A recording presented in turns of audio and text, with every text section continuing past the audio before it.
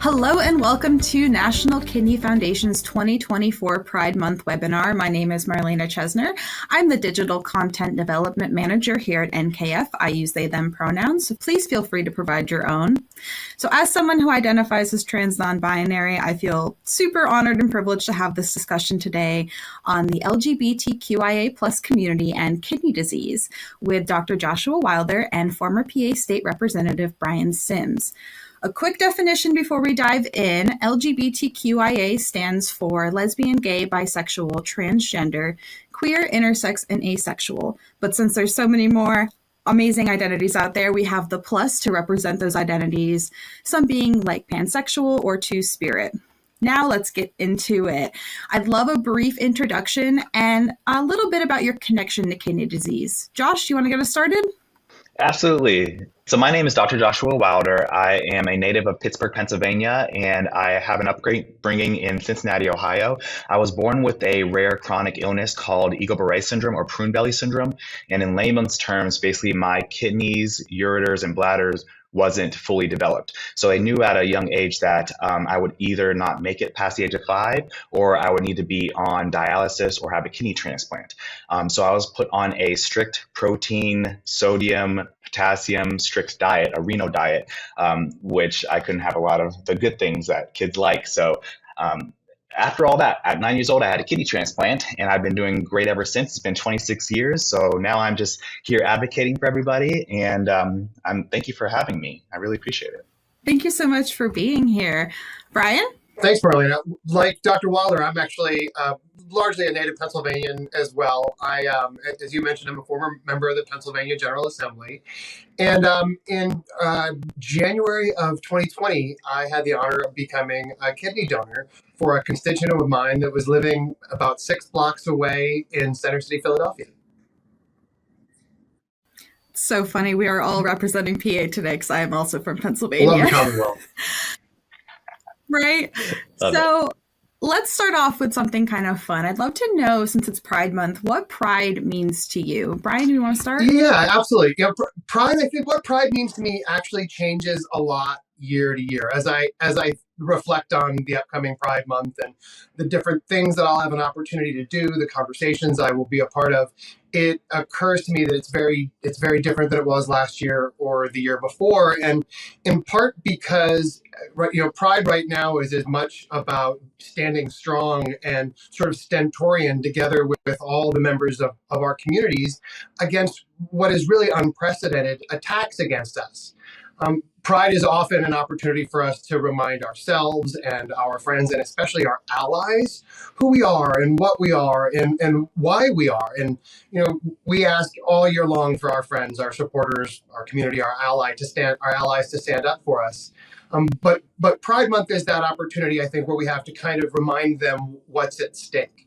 Right now, our bodily autonomy, our youth, our seniors, our access to health care, our freedom of speech is all being impacted across the country and frankly across the world. And so Pride right now, for me, means that sort of fighting spirit that started the LGBTQ plus civil rights movement that we see in young sort of non-binary and trans activists today. That's what Pride means to me right now. That's such a beautiful answer. And I think really encapsulates how a lot of us are feeling right now. Josh?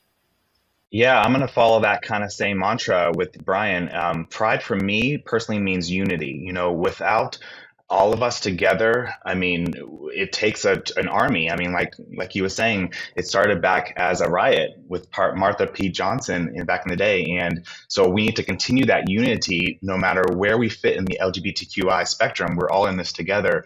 And if we're all in this together, we need to protect each other. And that means in the healthcare sector as well. You got to take care of yourself to continue to fight for yourself, to be proud, to show people who you are and where you're going. And then with that same spectrum, we need to kind of work to show our younger LGBTQI youth kind of where we've come and where we're still going. And that all comes down to unity.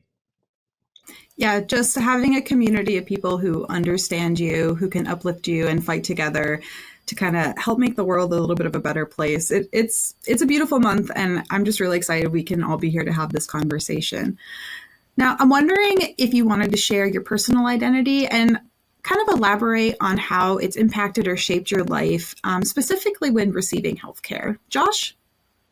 So my pronouns are he, him, his, and I am a gay black man, and I am married, and I mean, this has all shaped my life in a beautiful way because when I was growing up, I was very ashamed. I didn't know where to go. I mean, like many of us, we were confused, and so with being in an environment where healthcare has become so more prominent and it's become more of a not right, but it's being kind of targeted more so. I think being in the healthcare system as a gay man, it's a little bit harder, kind of navigating some things. It's getting better, but in the healthcare sector, I think it's very important that we kind of take the necessary steps to go where we're going. Did I answer your question? I kind of forgot what you asked. I was just asking how, your identity shaped your life. And I think that, yeah, that answers the question pretty well. If there's anything else you'd like to elaborate on, though, please feel free. Josh, can I ask you a question about it? What? Yeah. Going into healthcare as someone who grew up with a sort of a chronic healthcare issue, you probably spent a lot of time with doctors and around doctors, and it still propelled you to go into healthcare where there are not enough queer people, there are not enough people of color, there are not enough people that know what ability and disability feels like. You seem to be sort of a perfect intersection of the kind of person that I would want in medicine. What got you to go into medicine? Okay, thank you, Brian. I appreciate that. So basically, what got me to go into medicine is my uncle. He is a podiatrist, and he was a very, very big motivator growing up. And always being in the healthcare setting, I was in the clinic once a month, getting blood or getting some kind of test done. And so I knew I wanted to be a part of that, and not seeing someone who looked or sounded like me was very concerning, especially as I got of age and realized who I was. And so the few people I did see and communicate with and interact with who looked like me, I realized they weren't treated as well. And that kind of really got me interested in thinking, okay, what can be done to help improve this? So I decided with all of my knowledge and interest in medicine, I wanted to go into it. So I became a podiatrist just like my uncle, and I wanted to be that change. And so me being a black gay man in medicine where someone is not really seen and looking like me, it makes it easier for patients to further communicate and open up about who they are, what their condition is, and be more comfortable and aware of the healthcare sector and what there is available to them. And I'm also wondering, since you have this understanding, do you do anything in your office to help make people a little bit more comfortable or just to signal that you're a safe space? I do. So in my window, my office, I have a little rainbow, and then I also have a triangle just to show some inclusivity.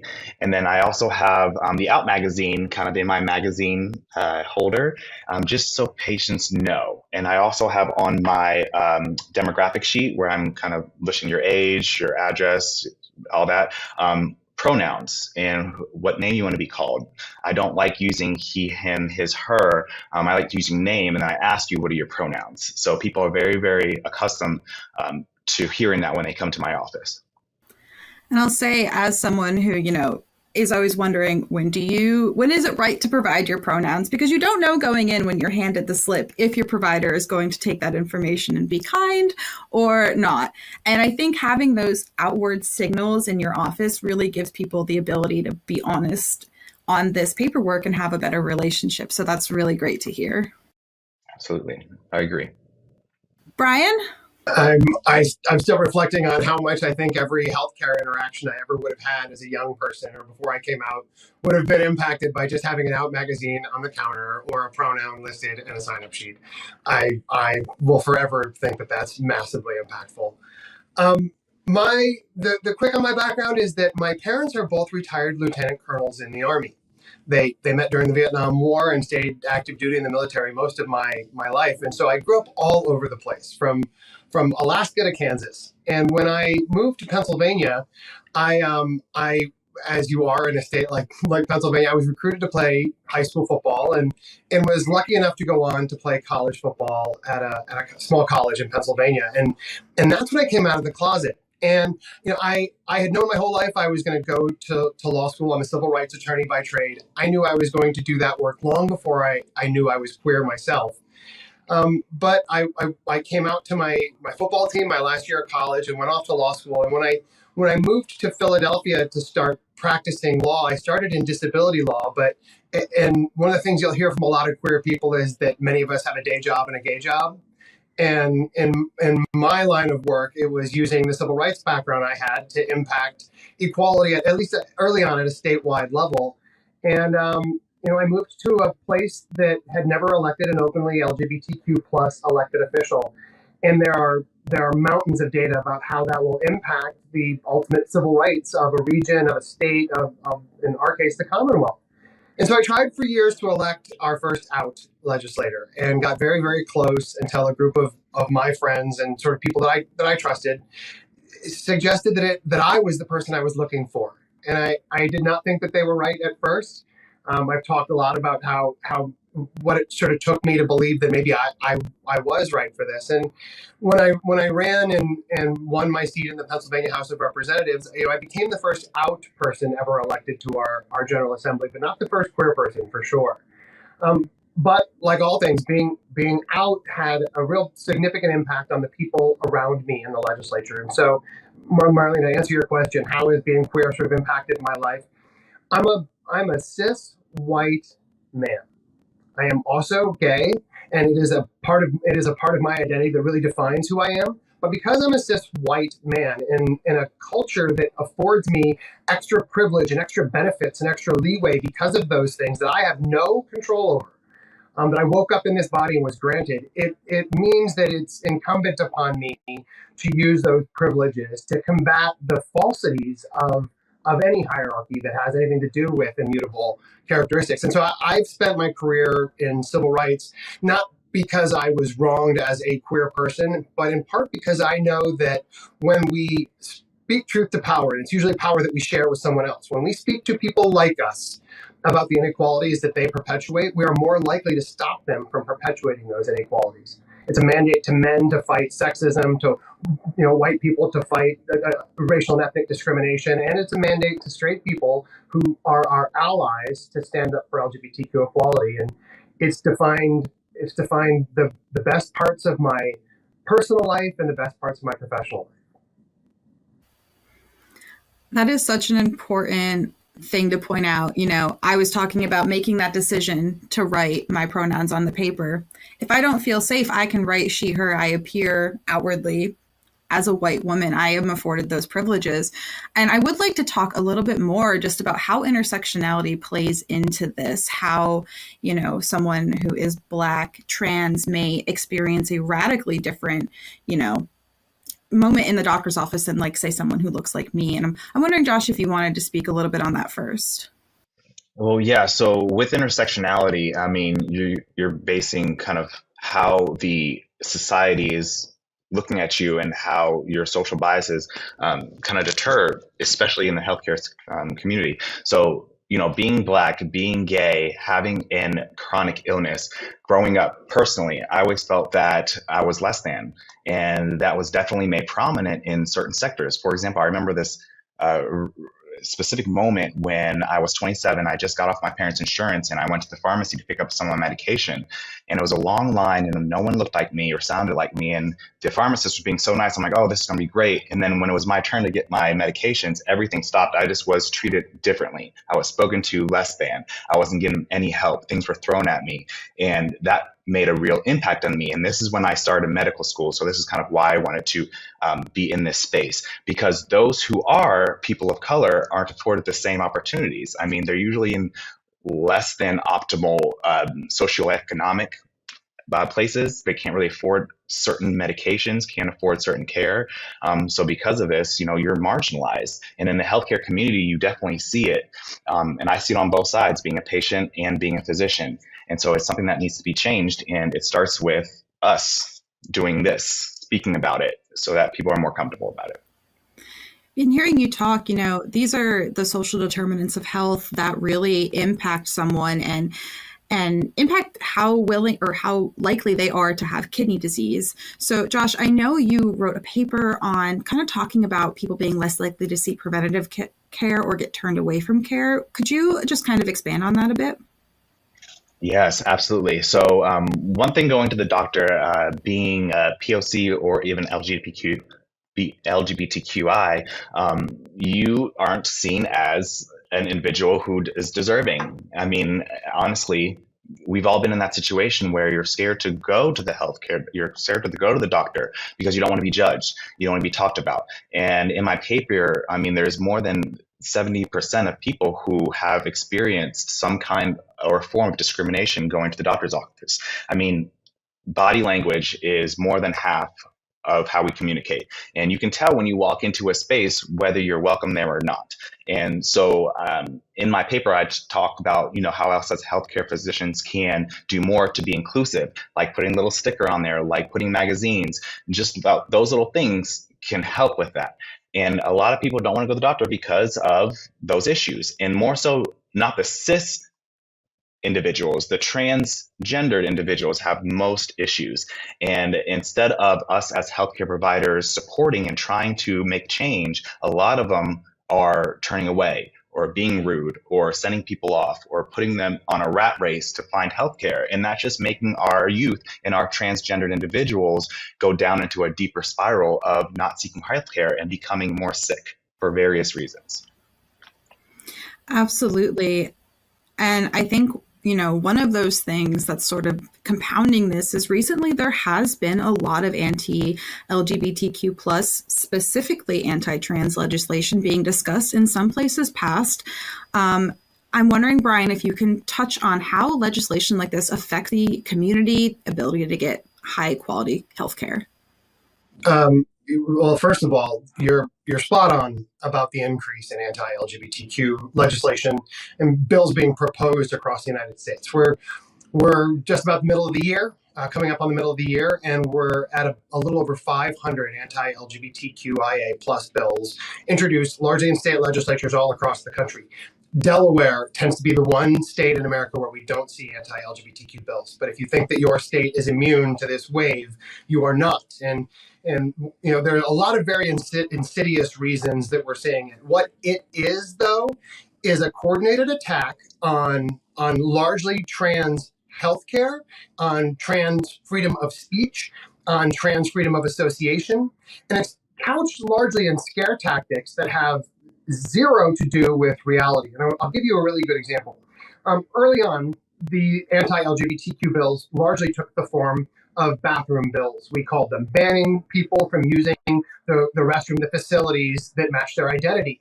And there was this fear tactic that we saw that in doing so was protecting your daughter or protecting your wife. It was always protecting women as though women somehow needed protection.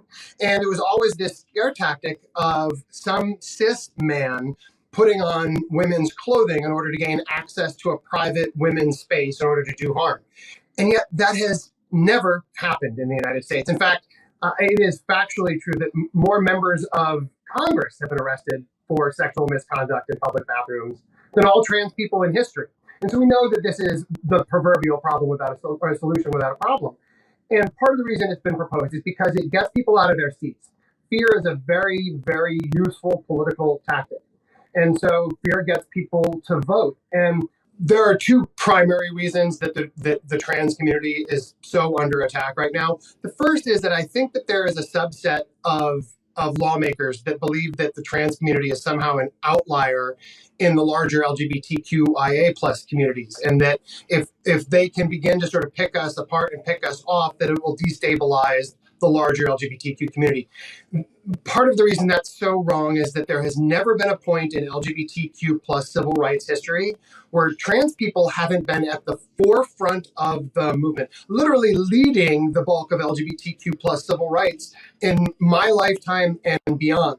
And so the idea that somehow the trans community is an outlier, I think, is a mistaken belief, but it also means that these same people are attacking our leadership. They are attacking many of the strongest members of the community. The other side of this is that you see them attacking trans youth, their access to healthcare, their ability to make healthcare decisions for themselves with their family, their ability to use locker rooms and to play sports. And that's as much about attacking our future as it is about robbing us of bodily autonomy. The ability to decide for ourselves what is right for ourselves is fundamental, I believe, to who we are as Americans. And in the same way that we saw Dobbs attacked and choice attacked with the Dobbs decision, I think that we're seeing a very insidious attack against LGBTQ people designed to rob us of agency over our own bodies. And what I think a lot of people who are not in the community maybe are not realizing is that by taking away these choices and autonomy, that it's taking away your choice and autonomy as well.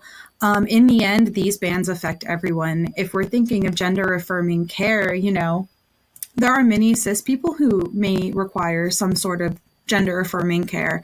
And if that's banned, you are also not receiving this care. So I think it's really important to realize that these attacks really affect everyone as a whole and not just our community. And while this all, it definitely sounds a little depressing. So I'm wondering if both of you can kind of just lift us back up a little bit. What are some ways that people can really advocate for themselves, specifically in the medical community, but let's say on whole? Josh, would you like to get us started with that? Oh, sure, absolutely. So one way is there's a specific site that I've been telling my LGBTQI patients to go to if they're looking for specific care, and it's outhealthcare.org. And on this website, it specifies what state you're in and what you're looking for specifically, be it mental health, be it just a primary care doctor who is all-inclusive and is affirming as well. So one way you can advocate is just kind of look online. For sure. You can definitely join certain LGBTQI organizations as well, which are all throughout different cities. I know with certain areas, there are specific places that you can go to, like certain gay bars that have information as well.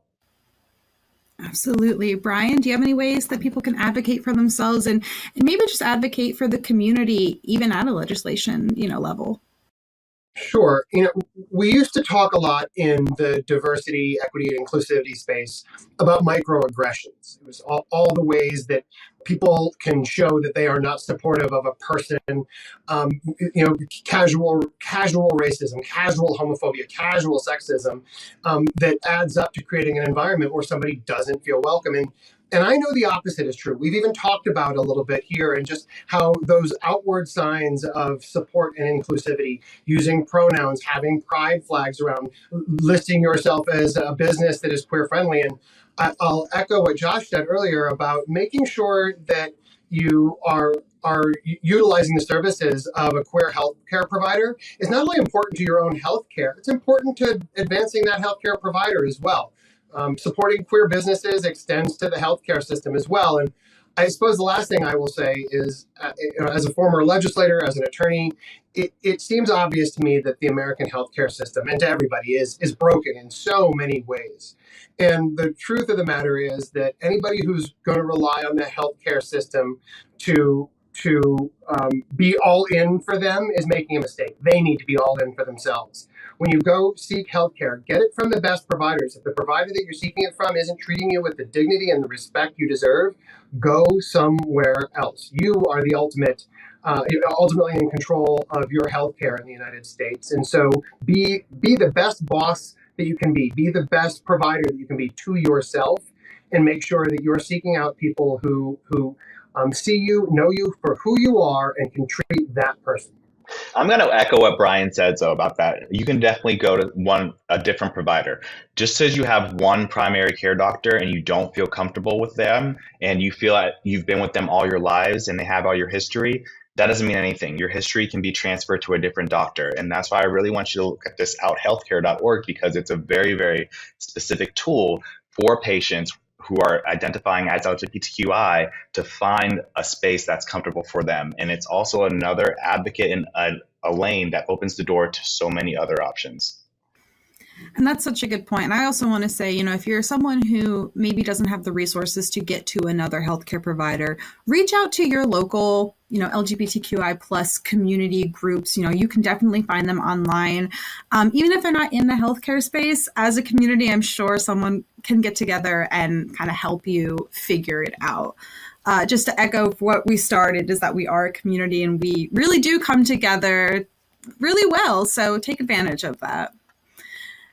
As we are finishing up, I really want to thank you both for your candid conversation and being so open with me. Is there anything that I didn't ask about that either of you would like to discuss before we close out? The one thing that I would hopefully remind people of, and I'm going to assume that anybody that's watching knows this already, but you have friends that don't. Being a queer person means that you can still participate in organ transplantation. As someone who's donated a kidney, the question that I have been asked the most is, how was I able to donate my kidney as a gay man? And there are a lot of issues when it comes to donating organs, but whether I was a gay man was not one of them. And so I know that a lot of us have an understanding of the sort of disproportionate impact of bad healthcare on minority communities. But it was important for me to remind people that if you are considering organ donation, don't let a mistaken belief about medicine keep you from pursuing it. Organ donation was one of the sort of great moments of my life, and still continues to be. And I am proud that my kidney belongs to a gay man, but that had virtually nothing to do with the process. And so please consider it. Thank you for pointing that out, because it is important to know and to bust those myths. Josh? Nothing from here that we already talked about. For me, it's just kind of, if you're in a low time, stick it out, keep your head up, definitely get out there in the community, and just know that we all are in this together. We're all here. You're not alone. Awesome. Thank you both so much. And I hope all of our listeners, learned something and enjoyed our discussion. And, I'm sure we'll have you back at some point. So thank you. Thank you.